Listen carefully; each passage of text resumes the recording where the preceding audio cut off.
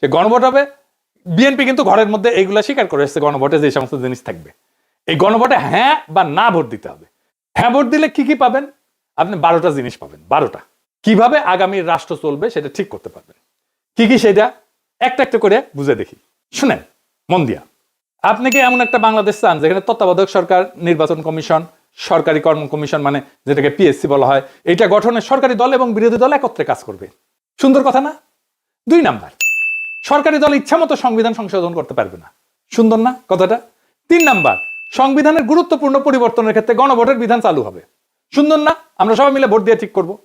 4 number, বিরোধী দল থেকে ডেপুটি স্পিকার এবং গুরুত্বপূর্ণ সংসদীয় কমিটি সমূহের সভাপতি নির্বাচিত হবেন বিরোধী দল থেকে। সুন্দর না? যত মেয়াদী হোক কেউ সর্বোচ্চ 10 বছরের বেশি প্রধানমন্ত্রী থাকতে পারবে না। সংসদের নারীর প্রতিনিধিত্ব পর্যায়ক্রমে বাড়বে। ক্ষমতার ভারসাম্য প্রতিষ্ঠার জন্য পার্লামেন্টে একটা উচ্চ কক্ষ গঠিত হবে। দেশের বিচার ব্যবস্থা স্বাধীনভাবে কাজ করবে। সুন্দর কথা না? আপনার মৌলিক অধিকারের সংখ্যা বাড়বে।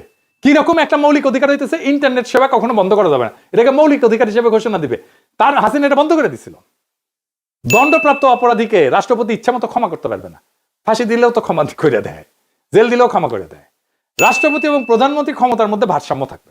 রাষ্ট্রভাষা বাংলার মর্যাদার পাশাপাশি অন্যান্য জাতিগোষ্ঠীর ভাষাও সাংবিধানিকভাবে স্বীকৃত হবে। সব সুন্দর কথা না? 12টা কথা। হ্যাঁ ভোট দিলে সবগুলা পাবেন, এই যতগুলো আছে সবগুলো। না ভোট দিলে কিছুই পাবে।